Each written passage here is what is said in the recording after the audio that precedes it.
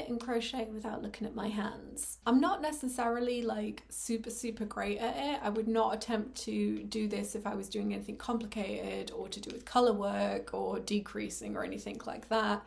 But when it comes to just straightforward knitting, I can generally do it pretty fine. Same with crochet.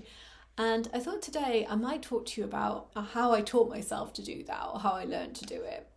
Because it's definitely something that I see people talking about like it's something that kind of just happens. And to a certain extent, yeah, like you have to be kind of familiar with knitting or crocheting to be able to kind of do this, just because so much of everything we do is muscle memory. But to me, it was something that I actually had to properly take the time, 2, 3, 4, 5, properly take the time to work out how to do it, how to kind of disconnect my mind from needing to see the needles and the wool in my hands. It's definitely like talking as well as it is like a whole nother level. And when you see those YouTubers kind of just do an intro about something completely unconnected while staring the camera down, I get why they're staring, and it's like, it's impressive. It's a whole like very impressive skill set to be able to do all three. I can do this bit just fine, but it was something that I had to kind of like properly decide to learn. So if you are kind of waiting for it to happen for you, if you would like to be able to knit or crochet without looking at your hands, it's something that you need to invest a little bit of time in. The reason I decided to invest the time in it was because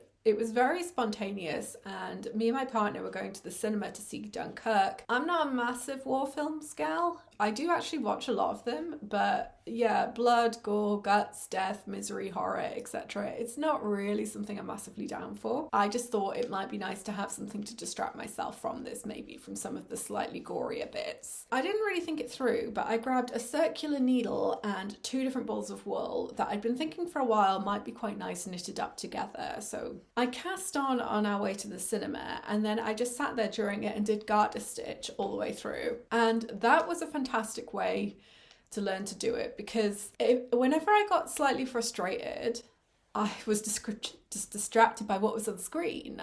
So I didn't give up easily. I just kept at it through the film. I wasn't getting frustrated by the experience because I was stuck in this dark cinema with plenty to occupy myself.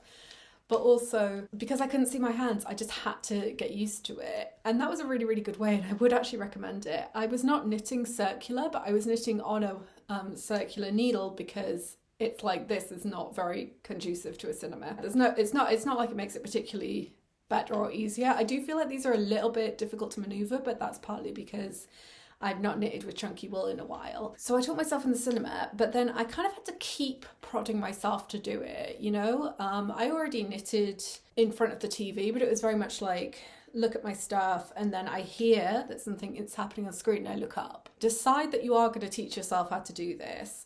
Put yourself in a position where what's happening in the thing you're looking at is interesting enough to keep your attention on it, because it's really easy to get super in your head and just start being like, where are my needles going and what am I doing? Like, watch TV with a friend or something, and then that's even better distraction.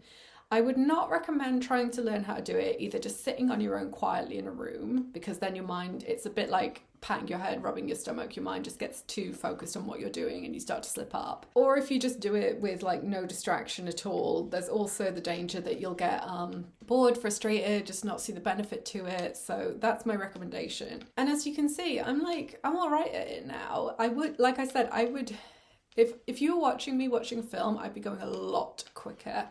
But the whole talking, also seeing myself on camera, is a bit weird. So if you're knitting without looking, you kind of have to replace sight with another sense, which is obviously touch. What you'll see here is that I always have my finger on my next stitch here. So you can see, like, even as I am pushing it off, my finger is slipping back to the next stitch. And that's the only way I can keep track of it. Like, if I was doing this, I can already feel it's not working out for me, and I'm trying not to look at it on screen, and you have to touch the next stitch that's coming up. So I'm unpicking that because I got so distracted by not being able to touch that I like completely switched up the stitch I was meant to be doing. Not only is my forefinger always touching the next stitch, or readying the next stitch that's going to be knitted, but my needles are always touching each other, and that means I'm a lot less likely to drop a stitch, and I have a better idea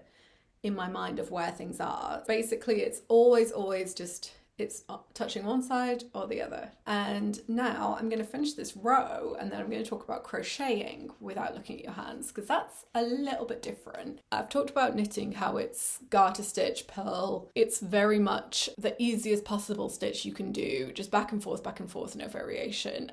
This, as any crocheters will know, is not the easiest crochet stitch you can do. This is a granny stitch, as it's called. I don't know what the official name for it is. It's basically just lots of doubles. But it is also my favourite type of crochet to do without looking. And I always take a little while to get going with this because I taught myself how to do it later and it is a little bit more complicated. The times that I might want to be able to crochet and not look at my hands are more about reading. So crochet and reading take up a similar time of day and a similar kind of energy. I want to read as much as possible, but I also want to craft as much as possible. And this is one of those times when I can actually combine the two of them. The reason I started crocheting mainly granny stitch without looking is, once again, it's about replacing sight with touch. So as you can see, each next cluster has got a natural hold for my fingers. Sorry, sun's just come out. So you can see here, I'm getting ready to crochet in here and I'm already holding it. It does take time, it does take energy. I would say this is slightly closer to the idea of like, you just need to keep doing it and you will get there, but it is similar to knitting in that you do have to think about it and you do actually have to kind of train yourself and properly kind of like get into the habit and the zone of it. About to change colour, which I definitely cannot do without looking. I personally find it's a very kind of nice skill to have. I get a lot more reading done now than I used to. It's also just a nice flex.